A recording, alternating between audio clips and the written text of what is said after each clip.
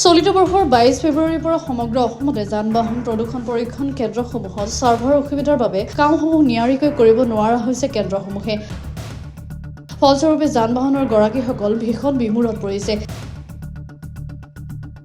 যিহেতু প্ৰদূষণ পৰীক্ষণৰ ম্যাদ উকলি যোৱাৰ পাছত 500 টকাকৈ অতিৰিক্তভাৱে গ্ৰাহকসমূহে বহন কৰিবলগীয়া হয়, এনে ক্ষেত্ৰত যান-বাহন পৰীক্ষণ কেন্দ্ৰত গৈ ছাৰ্ভাৰৰ বাবে গ্ৰাহকসকল সমস্যাৰ সন্মুখীন হৈ আহিছে। আজি প্ৰায় এক সপ্তাহ ধৰি যান-বাহন প্ৰদূষণ পৰীক্ষণ চেণ্টাৰসমূহত গ্ৰাহকে ভিৰ লগা পৰিলক্ষিত হৈছে।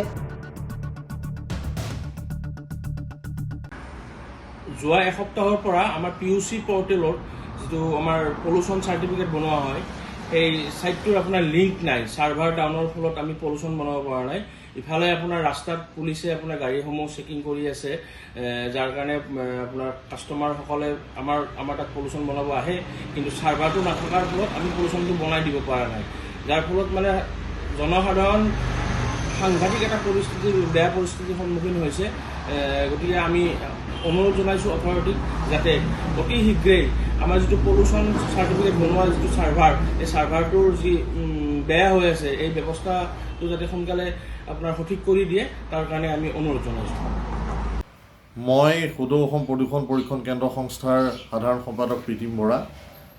মই জনাব বিচাৰিছোঁ যে যোৱা 22 ফেব্ৰুৱাৰীৰ পৰা অৰ্থাৎ যোৱা শনিবাৰৰ পৰা আজি এসপ্তাহ হ'ব প্ৰায় অহা কাইলৈ আমাৰ ছাৰ্ভাৰটো ডাউন হৈ থকাৰ পৰিপ্ৰেক্ষিতত আমি কামসমূহ সঠিকভাৱে কৰিব পৰা নাই। তাৰ ফলত কি হৈছে, যদি আমাৰ তালৈ যদি দিনটোত 25খন গাড়ী আহিছে, আমি তাৰে 5খন গাড়ীহে কৰিব পাৰিছোঁ। আমি 20খন গাড়ী এৰি দিবলগীয়া হৈছে। ইয়াৰ পৰিপ্ৰেক্ষিতত বিভিন্ন ক্ষেত্ৰত বিভিন্ন গ্ৰাহকৰ লগত আমাৰ মতানৈক্যৰ সৃষ্টি হৈছে, কিয়নো অতিৰিক্ত 3 দিন প্ৰদূষণ পত্ৰখনৰ ম্যাদ উকলি যোৱাৰ পিছতে 500 টকা গ্ৰাহকসকলে ভৰিবলগীয়া হয়।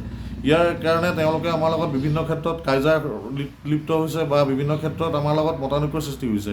ইয়াৰ উপৰি যদি বাহনখন ম্যাদ উকলি যোৱা বাহনখন যদি ৰাজপথত চলাচল কৰে, তেন্তে হ'লে গ্ৰাহকসকলে 10,000 টকা পৰ্যন্ত ফাইন ভৰিবলগীয়া হয়। সেইকাৰণে গ্ৰাহকসকল বিমূৰত পৰিছে। আমি সেইকাৰণে চৰকাৰক আহ্বান জনাইছোঁ যাতে ছাৰ্ভাৰটো আমাৰ সোনকালে অতি শীঘ্ৰে সুস্থ কৰি দিয়ে, যাতে আমি কামসমূহ নিয়াৰিকৈ কৰিব পাৰোঁ। পলিউশ্যন চেণ্টাৰবোৰত এইকেইদিন মানে আজি এসপ্তাহমানৰ পৰা ছাৰ্ভাৰ ডাউন হৈ আছে, যাৰ ফলত জনসাধাৰণে ইয়াতো ভুগিব লগা হৈছে। ইয়াৰ পৰিণতিত যদি ডেট পাৰ হৈ গৈছে, এই সময়ছোৱাত 500 টকা ফাইন, বাটত হ'লে 10,000কৈ ফাইন ভৰিব লগা হৈছে।